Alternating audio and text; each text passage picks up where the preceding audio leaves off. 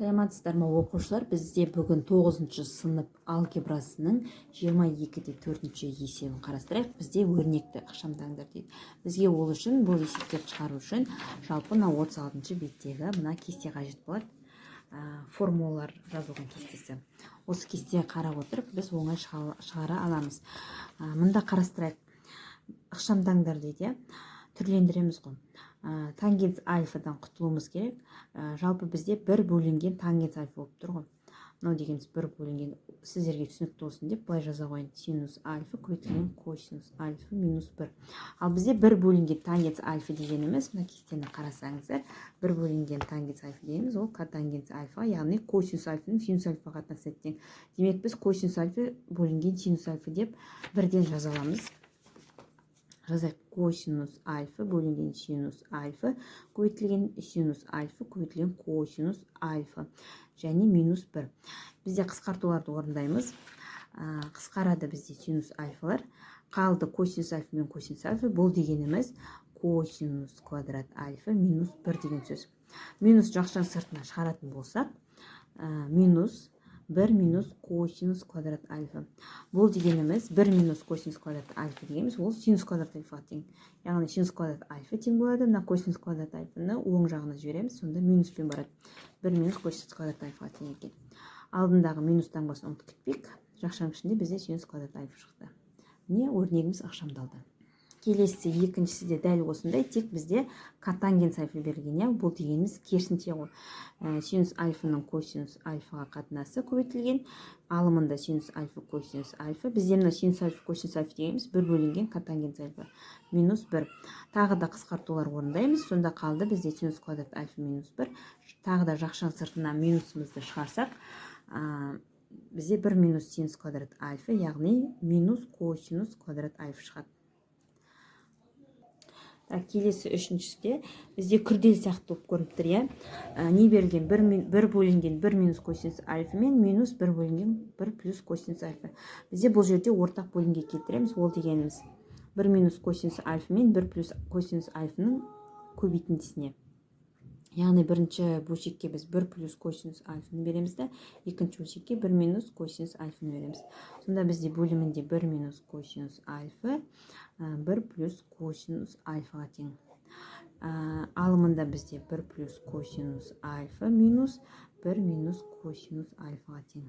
Алымында жақшаны ашайық. Және бізде бөлімі неге келіп тұр? Бөлімі бізде келіп тұр а минус в, а плюс в дегеніміз ол а квадрат минус в квадрат деген формулаға келіп тұр. Қарайық, міне келіп тұр. Демек бізде а квадраттың орнында бізде 1 тұр, яғни 1 минус таңбасы косинус альфа тұр, б-ның орнында, б квадраттың орнында, яғни косинус квадрат альфа тең. Және жақшаны ашамыз. Алымында 1 плюс косинус альфа минус 1 болып шығады. Және минус косинус альфамыз плюс косинус альфа болып шығады. Плюс косинус альфа. Қысқартулар орындайық. Бірлеріміз қысқарып кетеді.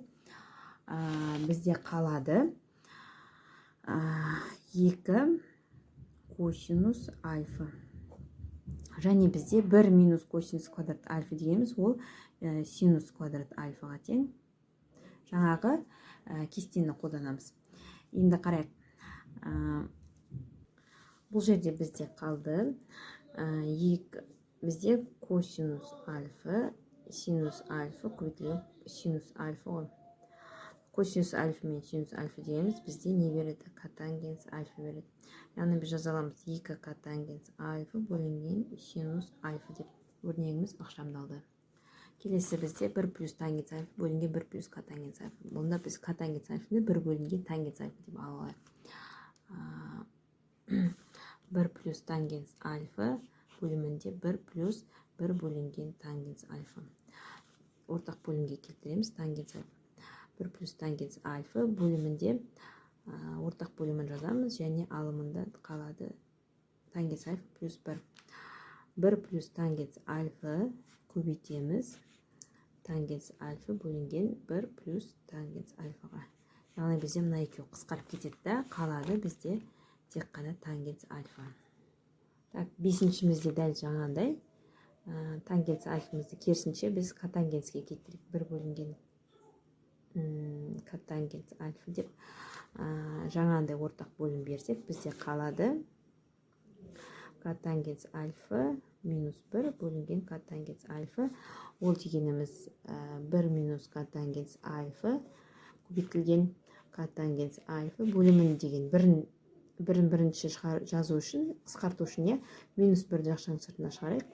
Сонда қалады 1 минус котангенс альфа. Бұл жерде қысқаратта бізде қалады минус котангенс альфа. Алтыншысында бізде тангенс альфа минус 1 бөлінген котангенс альфа минус 1. Котангенс альфамызды тангенске келтіріп алайық. Сонда 1 бөлінген тангенс альфа минус 1. Бұл дегеніміз тангенс альфа минус 1. Мына жақта ортақ бөлімге келтірсек, 1 минус тангенс альфа бөлінген тангенс альфа.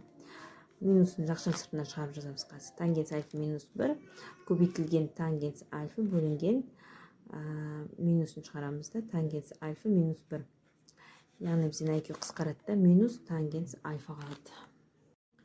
Келесі бізде жетіншісі 1 бөлінген 1 плюс синус альфа минус 1 бөлінген 1 минус синус альфа. Бұл жерде біз ортақ бөлгіштерге келтіреміз.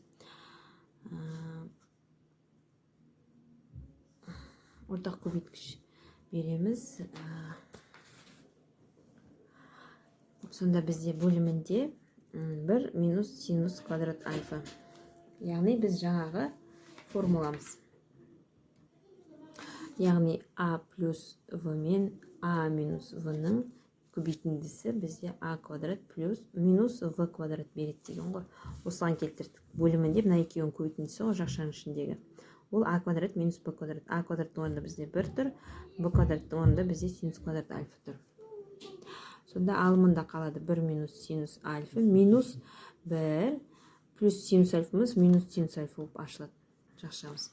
Сонда қысқартып кетеді, бізде қалады минус 2 синус альфа. Және 1 минус косинус квадрат альфа дегеніміз бізде косинус квадрат альфаны береді. Косинус квадрат альфа деп жазамыз. Бұл дегеніміз бізде синустың косинусқа қатынасы бізде тангенс береді, бөлінген косинус альфа. Келесі бізде котангенс альфа плюс 1 бөлімінде тангенс альфа плюс 1 шығып тұр.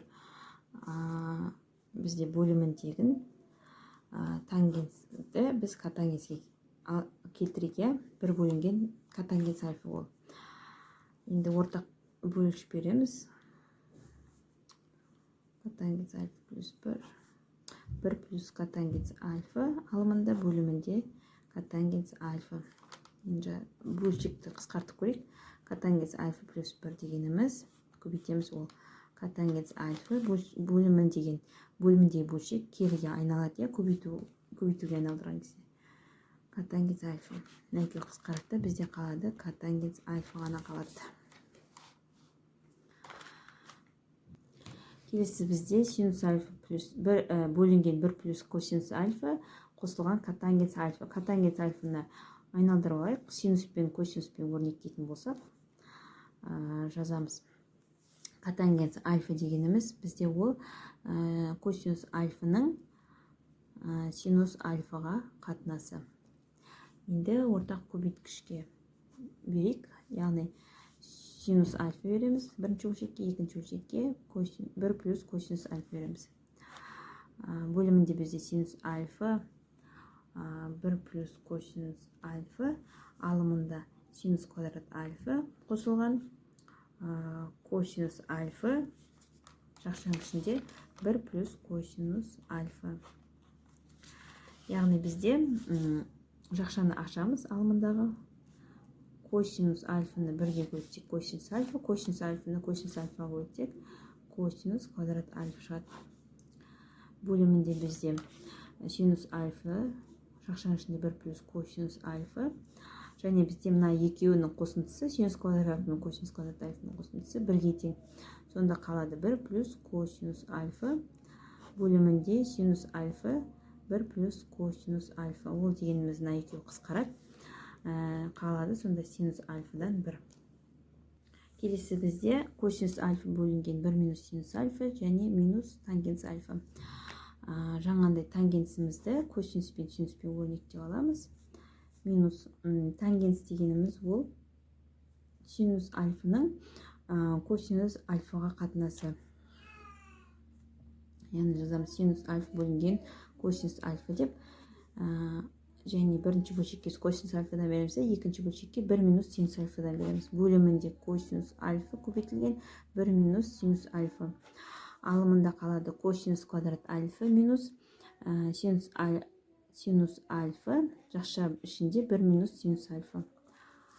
Бұл жерде біз жақшаны ашайық. Жақшаны ашсақ, косинус квадрат альфа дегеніміз минус синус альфа, минусымыз плюс болады, плюс синус квадрат альфа. Және косинус альфа 1 минус синус альфа. Жаңағындай косинус квадрат пен синус квадрат альфаның қосындысы бірге тең 1 минус синус альфа. Бөлімінде косинус альфа 1 минус синус альфа. Яғни бізде мына екеуі қысқарады, косинус альфадан 1 қалады. Келесі бізде 11-де синус бетта бөлінген 1 минус косинус бетта қосылған синус бетта бөлінген 1 плюс косинус бетта. Ортақ көбейткіш берсек, бізде бірінші бөлшекке 1 плюс косинус бетта береміз да, екінші бөлшекке 1 минус косинус бетта береміз. Сонда бөлімінде бізде болады 1 минус косинус бетта 1 плюс косинус беттаның көбейтіндісі. Алымында қалады синус бетта 1 плюс косинус бетта қосылған синус бетта 1 минус косинус бетта. Жақшаны ашамыз, және бөлімінде бізде жаңа айтылған а минус б мен а плюс б-ның көбейтіндісі ол а квадрат минус б квадратқа тең. Яғни а-ның орнында бізде 1 тұр, косинус б-ның орнында тұр. Алымын жақшаны ашайық. Алымындағы жақшаны ашатын болсақ, бізде синус бетта плюс синус бетта көбейтілген косинус бетта қосылған синус бетта минус синус бетта көбейтілген косинус беттаға тең. Ал бөлімінде бізде жаңа а квадрат минус б квадрат 1 минус косинус квадрат беттаға тең. Бізде қарайық, мұнда қысқаратындар бар. Қысқаратындар қайсысы? Синус бетта мен косинус беттан көбейтіндісі минус синус бетта мен косинус беттан көбейтіндісіне тең. Қысқарат синус бетта мен синус беттаға бұл дегеніміз 2 синус бетта, ал 1 минус косинус квадрат бетта дегеніміз ол синус квадрат бетта. Яғни бізде мынақты бір дәрежесі қысқарады, синус бетта қысқарады, және 2 бөлінген синус бетта қалады. Келесі 12-ші соңғысы косинус бетта дегеніміз бөлеміз 1 плюс синус бетта қосылған косинус бетта бөлеміз 1 минус синус бетта. Бірінші бөлшекке біз 1 минус синус беттаны береміз да, ал екінші бөлшекке 1 плюс синус бетта береміз. Сонда бөлімінде бізде 1 плюс синус бетта 1 минус синус бетта болады. Алымында бізде жақшаны бірден ашатын болсақ, косинус бетта минус косинус бетта мен синус беттаның көбейтіндісі. Косинус бетта көбейту синус бетта. Және қосылған косинус бетта, бірден жақшаны ашып жіберейік. Қосылған косинус бетта мен синус беттаның көбейтіндісі. Енді бұл жерде біз қысқартулар орындаймыз. Косинус бетта мен синус беттаның көбейтінділері біреу минус біреу плюс болғасын қысқарады. Және қалады бізде алымында тек қана 2 косинус бетта, және бөлімінде бізде тағы да а квадрат минус б квадратқа кетіп тұр, 1 минус синус квадрат бетта. Яғни ол дегеніміз бізде неге тең болды? Косинус квадрат беттаға тең. Дәрежелеріміз қысқарады, 2 бөлінген косинус беттаға тең.